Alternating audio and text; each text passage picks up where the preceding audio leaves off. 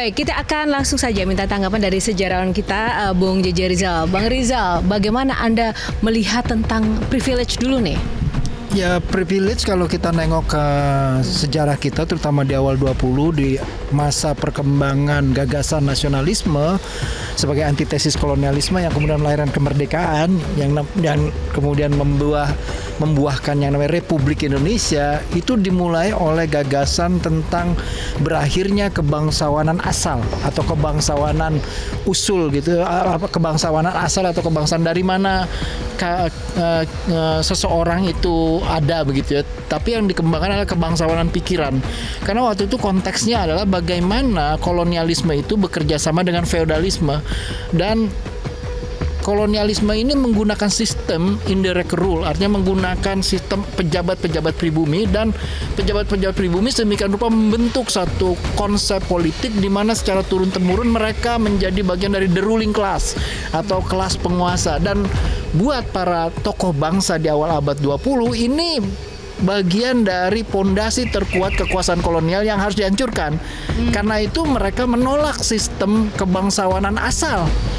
Ya, kebangsawanan yang berasal dari hierarki keturunan dan kemudian dia punya keistimewaan tidak. Kebangsawanan baru itu ditentukan bukan oleh dari mana seseorang berasal, keturunan siapa, tapi dari pikirannya. Nah, di titik itu yang menarik adalah justru yang banyak menolak keturunan bangsawan itu sendiri. Contohnya adalah Kartini, ya, kemudian Abdul Rifai di Sumatera, kemudian juga ada orang seperti Cipto Mangunkusumo. Kemudian ada orang seperti Sutomo, ada orang seperti Soekarno, ada orang seperti Hatta. Itu semua adalah anak-anak bangsawan yang bunuh diri kelas dan bilang bahwa kebangsawanan hari ini tidak ditentukan oleh darahnya keturunan siapa, tapi oleh seberapa hebat pikiran yang dia punyai. Jadi ketika sekarang kita bicara lagi kembali tentang anak-anak seseorang dari kelas penguasa itu turun-temurun mewariskan kekuasaan dari bapaknya, dari emaknya begitu, itu sebenarnya kita berjalan mundur, nggak berjalan maju. Kita justru mengkhianati gagasan para pemikir bangsa. Itu ironinya kita mau menyambut 80 tahun 100 tahun Indonesia, justru pikirannya itu mundur ke awal sebelum Indonesia itu dibentuk dalam gagasan pikiran para pendiri bangsa. Apa yang kemudian membuat ada pergeseran konsep seperti itu tentang yang namanya privilege, kekuasaan seperti itu? Pertama menurut saya karena orang-orang ini yang menjadi elit nggak ngerti apa itu Indonesia. Raison d'être Indonesia itu didirikan tuh, alasan keberadaan Indonesia tuh apa. Bahkan mereka tahu ini negara republik, tapi mereka nggak ngerti apa alasan kenapa para pendiri bangsa menggagas memilih republik, tidak memilih kerajaan. Nah, republik itu basisnya adalah kebangsawanan pikiran. Pikiran yang diutamakan bukan dia keturunan siapa, dia anak siapa. Nah, problematikanya hari ini adalah ketidakpahaman akan gagasan keindonesiaan tapi mau memimpin Indonesia. Itu kan bukan hanya membuat sesat tapi membuat cilaka Indonesia.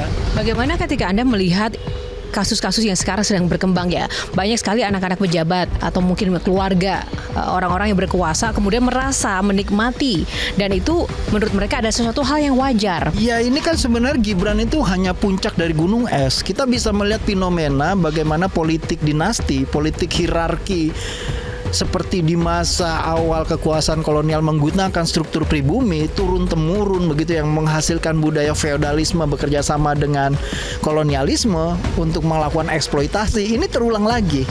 Jadi sekarang Gibran itu hanya puncak gunung es dari banyak kasus di Indonesia yang bisa kita sebutkan dengan mudah. Terjadi di Banten, terjadi di Banyuwangi, terjadi di banyak tempat di Indonesia. Dan saya pikir ini suatu bentuk kemunduran dari pemikiran dan pemahaman tentang apa itu Indonesia. Dan ini hal yang sangat menyedihkan karena tidak ada massa yang seterus terang, seterbuka ini mengkhianati nilai-nilai proklamasi.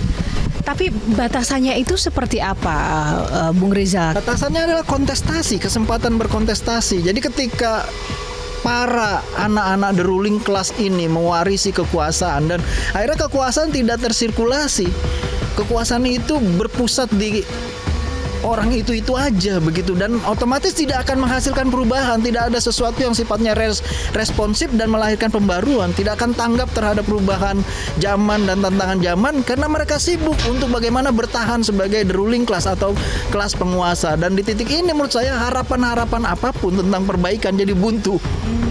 Anda bilang bahwa ini ada suatu kemunduran. Akan semundur apa dan dampak terbesarnya apa yang nanti bisa dialami oleh masyarakat jika mungkin the ruling parties atau mungkin individunya seperti itu? Ya artinya masyarakat tidak ada. Masyarakat tuh hanya ngontrak. Gagasan untuk masyarakat yang harusnya jadi mahkota sekarang jadi keset. Yang mereka pertaruhkan pertama adalah bagaimana berbagi kekuasaan, perimbangan dalam berbagi kekuasaan di antara kelas ruling class. Jadi tidak ada pergantian ruling class. Padahal pemilu dan demokrasi itu intinya adalah bagaimana kekuasaan itu bisa terbuka dalam konteks kontestasi secara fair begitu. Nah sekarang kan tidak ada, tiba-tiba anak seorang presiden yang tidak pernah aktif di dalam partai, hanya dagang barang-barang tertentu atau makanan tertentu, tiba-tiba bisa menjadi ketua partai. Itu bagaimana dalam sistem kepartaian itu partai itu kan kader begitu ya. Kenapa orang kayak jadi perusahaan multinasional, orang yang nggak tahu menahu bisa jadi direkturnya begitu? Itu kan ajaib. Jadi buat saya ini masa di mana pemikiran tentang apa itu demokrasi, di dalamnya ada partai sebagai mesin demokrasi. Partai itu perlu ideologi karena itu bisa menerapkan disiplin partai. Orang-orang yang keluar dianggap dari garis partai itu harus dikenakan disiplin. Itu tidak hidup, dan otomatis sebenarnya pengertian dan pemahaman kita tentang republik yang di dasarnya adalah demokrasi itu kacau, dan otomatis sebenarnya kita punya nama Republik Indonesia, tapi nama itu sebenarnya pepesan kosong. Bohongan saja, karena isinya itu sama-sama sekali bukan republik. Pernah di tahun 1950-an ada seorang sejarawan namanya G.J. Racing bilang ada kecenderungan Republik Indonesia akan berubah menjadi Porsten London Republik atau Republik Keraton. Mungkin ini, hari ini. Kan keraton kan kerajaan terlampau sekali ya. Ya artinya kita bukan maju mundur, kan ironi. Paling enggak kita mengalami evolusi, maju tapi tidak berkualitas. Enak gak tuh hidup gak berkualitas? Enak. Tapi yang terakhir ini, lalu apa yang bisa dilakukan dan siapa yang bisa meluruskan? Ya menurut saya yang bisa dilakukan adalah publik harus protes, publik harus berteriak. Publik harus melakukan sesuatu terhadap pemilu yang jangan-jangan tidak ada hubungan apa-apa dengan mereka hasilnya. Pemilu ini hanya bagaimana the ruling class bertukar kekuasaan, berbagi kekuasaan, saling berkompromi tentang urusan publik nomor 18. Jadi kita tidak tahu republik ini apakah masih akan ada di usianya ke 100 tahun atau ada tapi tinggal namanya doang republik, tapi isinya adalah sebuah sistem kekuasaan yang bersifat keraton di mana tidak ada daulat rakyat, yang ada hanya daulat tuanku. Tidak ada urusan tentang kerakyatan, tentang ekologi, rakyat menghadapi krisis iklim, bahaya krisis pangan, penyakit, itu tidak ada. Karena yang di dalam pikiran daulat tuanku itu hanya urusan para tuan-tuan saja, urusan rakyat nomor 888 9. Terima kasih Bang Rizal.